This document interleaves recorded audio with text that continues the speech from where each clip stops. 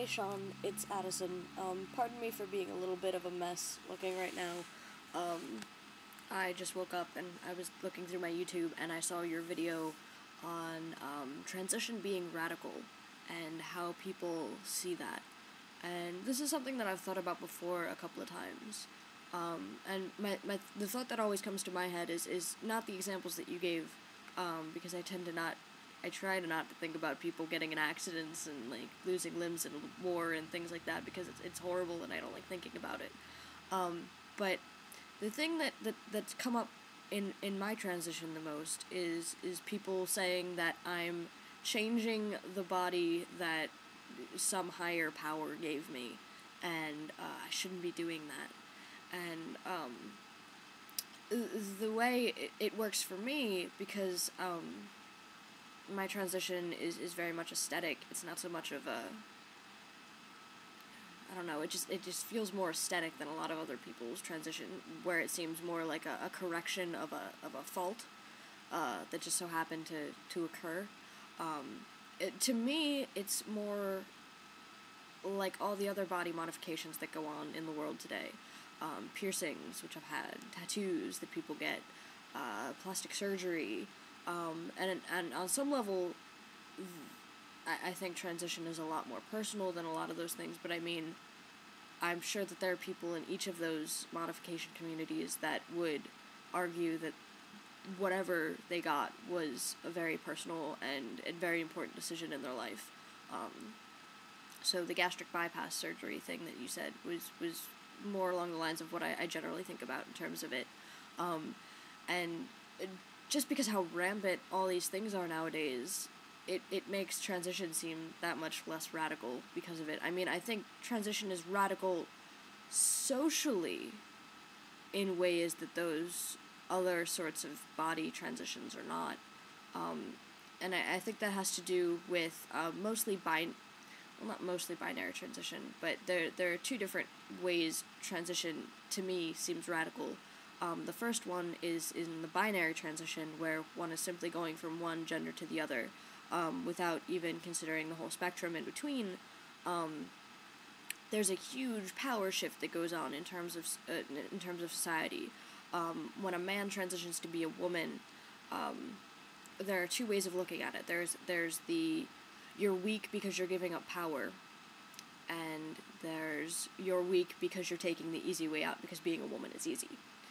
Not that I support either of these views, it's just these are the views that tend to come up in people's minds, whether they consciously recognize it or not. A lot of the things I've heard in terms of negative comments towards the community have been based in those sorts of values. In terms of a female transitioning to a male, it seemed more threatening on some level, because to make a very wide generalization, female to male transsexuals pass more, and that's scary to a lot of people that they can't tell right away, whereas a lot of male to female people pass less likely pass than the other way around.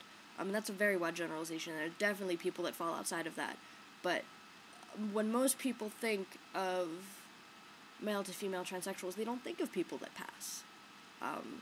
They think of people that don't pass, and it's sad, and that's not the way it should be, but that's the way it is for a lot of people. But the other thing that tends to freak people out about female to male is we're climbing the ladder in some sense.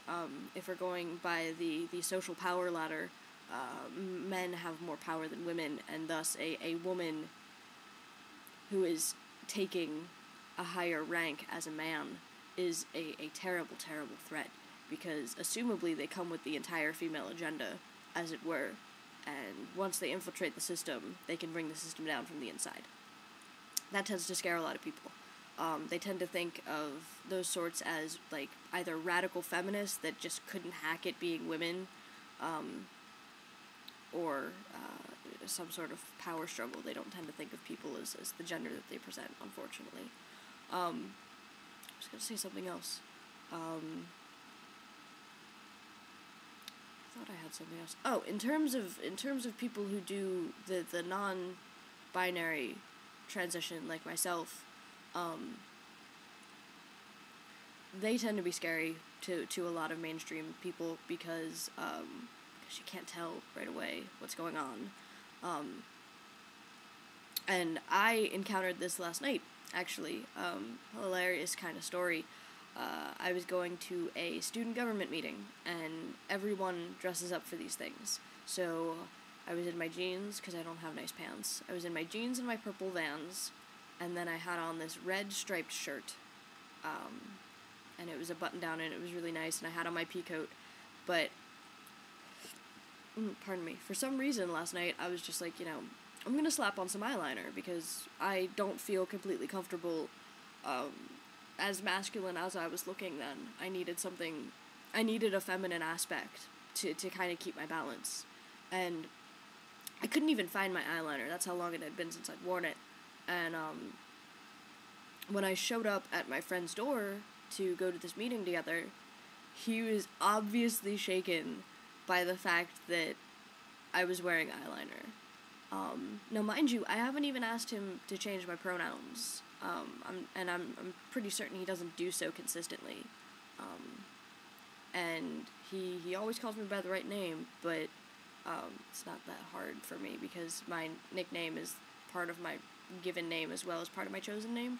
So, but regardless, he was obviously shaken by my eyeliner, and I'm very, very surprised that he kept his mouth shut, because normally when that happens, he says something like, if you want people to recognize you as male, why are you wearing something that's distinctly feminine? And usually my response is, eyeliner isn't distinctly feminine. Rock stars wear eyeliner. I just want to be a rock star. But, I think what you said was right on a lot of levels.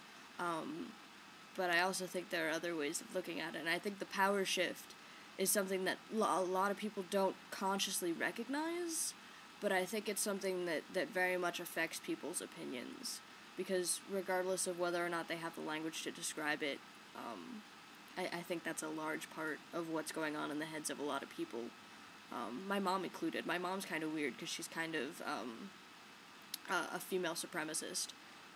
Not in the crazy kind of way, but, she thinks that men are pretty much useless, which just comes from how she's lived her life, and, she thinks that my transition, on some level, is me taking the easy way out, because I describe it to her as wanting to be a guy, and, so it's really interesting to see how people interpret the power dynamics and interpret the shifts that are going on, especially for me, because people still don't really recognize what's exactly going on with me, and that's fine, but it's just a really interesting thing to watch for.